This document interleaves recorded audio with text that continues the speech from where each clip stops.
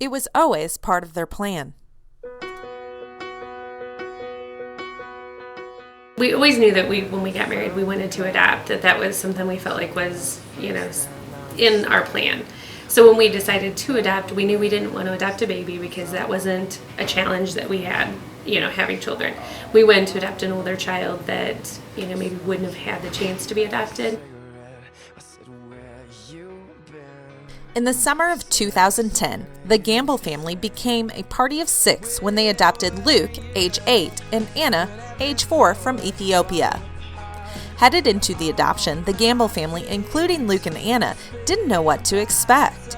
The orphanage had told adoptive parents Lacey and Todd that Luke and Anna would know English, so they had high hopes for what they could accomplish in the days leading up to the start of school.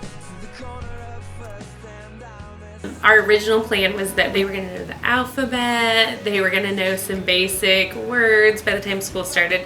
We got home and realized that they didn't understand what it meant to be in a family. So the Gambills focused on forming bonds with Luke and Anna and creating American experiences for the kids, like going to a Cardinals game and swimming in a pool. It wasn't all fun and games. To begin to communicate as a family, it took a lot of hard work for the Gambills. How they celebrate Christmas there, and what their flags look like, and so I looked up. We played a lot of charades, what felt like charades. We would point to things, and we had about 100 words that we had written down that we had someone in Ethiopia translate for us, and then I wrote them down phonetically so when we got home we could say those words back to them. One of the words that saved us was dagami, which means repeat. So that way when we would, say to them cheeseburger, we'd say dagami cheeseburger, so they knew to repeat cheeseburger. The summer went fast and the first day of school had arrived. The Gambills knew Luke's first day of school would have a lot of firsts.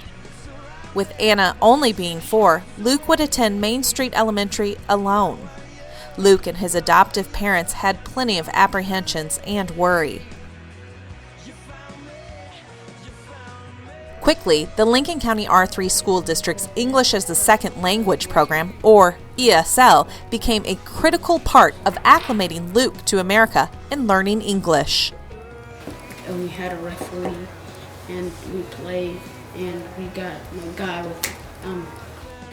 They provide such a positive and loving environment that it's impossible for the students not to succeed. They really take care of those kids. It was such a caring community for him that he felt safe and comfortable even though he didn't understand what was happening at school. He just knew that he loved being there. We were amazed. After a couple of years, Luke and Anna are both thriving. Anna, who was younger when the Gambills adopted the duo, no longer receives ESL services. Luke remains in the program and is continuing to make strides every day. The Gambills say Luke is currently reading on a 2nd grade level.